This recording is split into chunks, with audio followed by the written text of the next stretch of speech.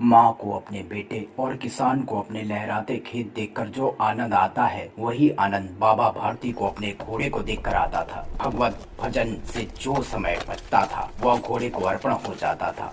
वह घोड़ा बहुत सुंदर था, बड़ा बलवान। उसके जोड़ का घोड़ा सारे इलाके में ना था। बाबा भारती उसे सुल्तान कहकर पुकारते थे। अपने हाथों से उसे खिलाते पिलाते उन्होंने रुपया, माल, असाब, जमीन आदि अपना सब कुछ छोड़ दिया था। यहाँ तक कि उन्हें नगर के जीवन से घृणा थी। अब गांव से बाहर एक छोटे से मंदिर में रहते थे और भगवान के भजन किया करते थे। मैं सुल्तान के बिना रह न सकूंगा, उन्हें ऐसी भ्रांति हो गई थी। वे उसकी चाल पर लट्टू थे।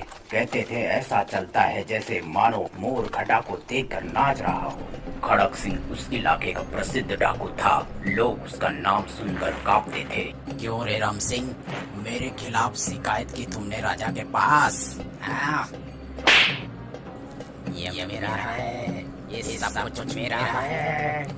होते होते सुल्तान की कीर्ति उसके कानों तक पहुंच गई। उसका हृदय उसे देखने के लिए अधीर हो उठा। वह एक दिन दोपहर के समय बाबा जी के पास जा पहुंचा और नमस्कार करके बैठ गया। क्या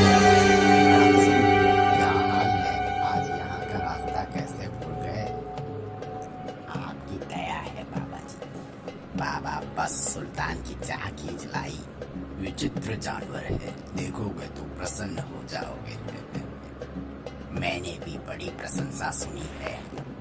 इसकी चाल तुम्हारा मन मोह लेगी। बाबा, मैंने सुना है आपका घोड़ा दिखने में बड़ा सुंदर है।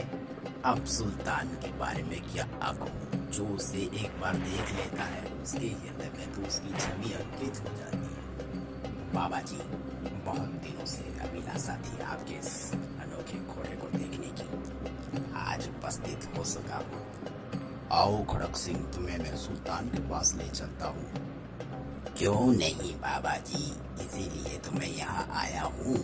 ये देखो खड़क सिंह, कितना अनमोल घोड़ा है यह। बाबा जी, मैंने सैकड़ों घोड़े देखे, मगर सुल्तान के जैसा पाका घोड़ा आज तक आंखों से नहीं गुजरा। खड़क सिंह, ये घोड़ा तो करोड़ों में एक घोड़ा है। परंतु बाबा जी, इसकी चाल नहीं देखी तो क्या देखा?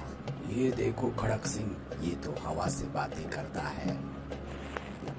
बाबा जी, मैं ये घोड़ा अब और आपके पास ना रहने दूंगा। अच्छा बाबा जी, मैं अब चलता हूँ। हे भगवान, खड़क सिंह ये क्या कह गया? क्या ये मेरे घोड़े सुल्तान को मुझसे छीन लेगा? ये तो डाकू है, ये आज नहीं तो कल सुल्तान को मुझसे छीन लेगा। मुझे अब सुल्तान की दिन रात रखवाली करनी होगी। बाबा भारती डर गए थे। अब उन्हें रातों को नींद न आती। सारी रात अस्तबल की रखवाली में कटने लगी। प्रति क्षण खड़क सिंह का भय खड़क सिंह नहीं आया। यहाँ तक कि बाबा भारती कुछ असावधान से हो गए। इस भय को स्वप्न के भय की नई मिथ्या समझने लगे। इस कमले की सुनते जाना। क्यों, तुम्हें क्या कष्ट है? बाबा जी, मैं दुखिया हूँ, मुझ पर दया करना। राम वाला यहाँ से 3 मील दूर है, मुझे वहाँ जाना है। घोड़े पर चढ़ा लो, परमात्मा भला करेगा। वहाँ तुम्हारा कौन है? दुर्गा दत्त वैद्य, आपने नाम सुना होगा। मैं उसका सौतेला भाई हूँ। ठीक है, आ जाओ घोड़े पर। बाबा भारती ने अपाहिज को घोड़े पर बिठा लिया। सासा उन्हें एक झटका सा लगा। उन्हें यह देखकर आश्चर्य हुआ, वो कोई और नहीं खड़क सिंह था। जरा ठहरो बाबा जी, अब ये घोड़ा मैं ना दूंगा, पर एक बात सुनते जाओ। आज्ञा बाबा जी, मैं आपका दास हूँ, बस घोड़ा नहीं दे पाऊंगा। अब घोड़े का नाम ना लो, मैं तुम्हें इस विषय में कुछ ना कहूँगा। बस मेरी एक प्रार्थना है कि इस घटना का किसी के सामने जिक्र ना करना। पर बाबा जी, इसमें आपको क्या डर है? खड़क सिंह, लोगों को जब इस बात का पता चलेगा कि तो वो 3 दुखियों पर विश्वास करना छोड़ देंगे, उनकी मदद करना छोड़ देंगे। तो वो 3 दुखियों पर कैसे ऊंचे विचार हैं बाबा जी के, कैसा पवित्र भाव है। उन्हें इस घोड़े से कितना लगाव था, इसे देखकर वे फूल की तरह खिल जाते थे। भजन भक्ति सब छोड़कर इसकी रखवाली करते रहे। परंतु आज उनके मुख पर दुख की एक रेखा भी न थी।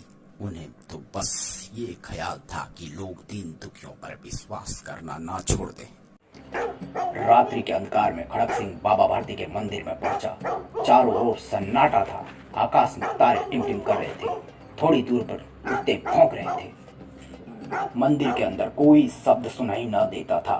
खड़क सिंह सुल्तान के बाग पकड़े हुए था। वह धीरे धीरे अस्तबल के फाटक में पहुंचा। फाटक खुला ही था। किसी समय बाबा भारती स्वयं लाठी लेकर पहरा देते थे, परंतु आज उन्हें किसी चोरी, किसी डाके का भय न था। खड़क सिंह आगे बढ़कर सुल्तान को उसके स्थान पर बांधकर चल दिया। बाहर निकलकर सावधानी से फाटक बंद कर दिया। इस समय उसकी आंखों में नेकी के आंसू थे। सुल्तान अब कोई दीन दुखियों से मुंह न मोड़ेगा।